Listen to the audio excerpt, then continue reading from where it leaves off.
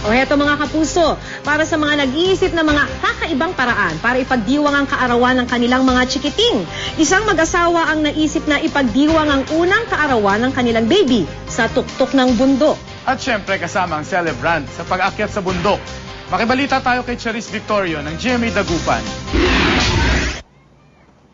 1 taon pa lang si Baby Taraw Gabito pero maaari na raw siyang ituring pinakabatang nakaakyat sa Mount Pulag sa Benguet. Ayon sa mga magulang ni Baby Taraw, inakyat nila ang ikatlong pinakamataas na bundok sa buong bansa bilang kakaibang pagdiriwang sa unang kaarawan ng kanilang unika iha. Ay mga claims man daw na may ibang youngest. I think hindi properly documented kung if ever. But sa DENR registration, yun naman ang sabi nila, siya naman pa daw ang youngest. Kwento ni Mommy Feli, ilang araw rin sila nag-training. Humingi rin sila ng payo sa mga veteranong mountaineer para maging ligtas ang kanilang pag-akyat. Sa murang edad pa lang ni Baby Taraw, mukhang magiging adventurous na ito dahil pagkatapos akyatin ang Mount Pulag, plano naman ng kanyang mga magulang na sama-sama nilang akyatin ang Mount Apo.